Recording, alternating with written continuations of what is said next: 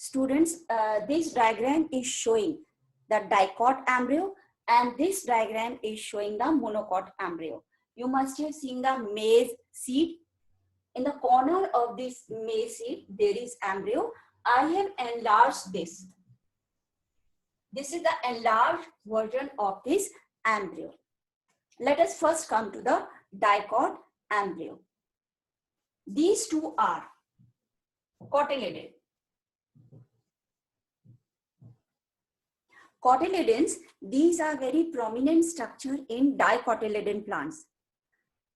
But in monocotyledon plant, these are highly reduced because cotyledon, these are the main food reserve in dicot plant. In them, endosperm is completely consumed by the developing embryo. So when the seedling come out, these cotyledon, they provide nourishment to that seedling. Now this complete structure is embryonal axis. Now there are two parts of this embryonal axis. The part that is below the attachment of the cotyledon is called hypocotyle,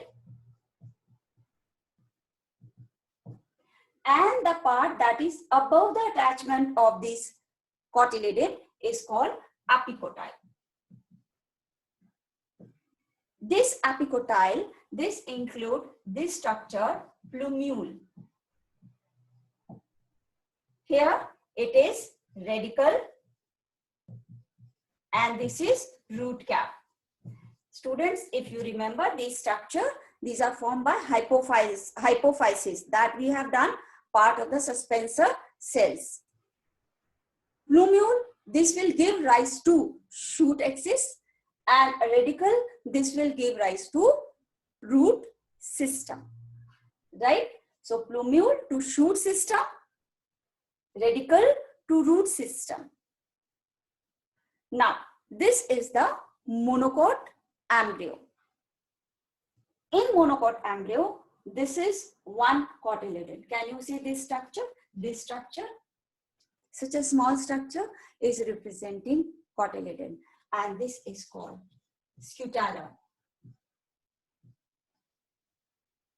So scutellum is representing the highly reduced cotyledon. Can you see a very small hanging structure here? This is called epiblast. This epiblast is representing the second remaining cotyledon. And the large part of the seed, can you see here? This is endosperm. So there is lot of endosperm left in the monocot seed. So such seed and the endosperm in which large amount of endosperm is left, they are called endospermic seed. But in this case, you have observed that there was no endosperm. So these are called non-endospermic seed or exalbuminous. These are albuminous or endospermic seeds. That again we'll do when we'll study the structure of the seed. So let us focus on the embryo. Now here, again you can see embryonal axis. This complete is the embryonal axis. So scutellum is present on the lateral side of this embryonal axis, and on the lower side of this embryonal axis is it visible to you? The lower side, this is called coleorrhea. Coleorrhea, this is forming the protective covering. Okay, so here it is radicle, and this is going to form the root cap.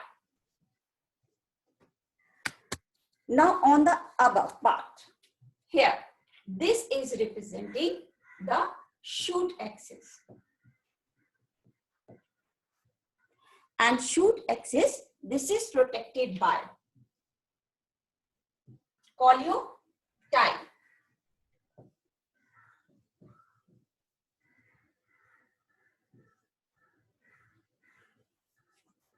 So coleorrhiza here, coleoptile here. Coleoptile, this is the structure that is protecting the shoot apex, and coleorhiza, this is protecting the root axis. Again, from examination point of view, these diagrams are very important and you have to do practice of these diagrams also.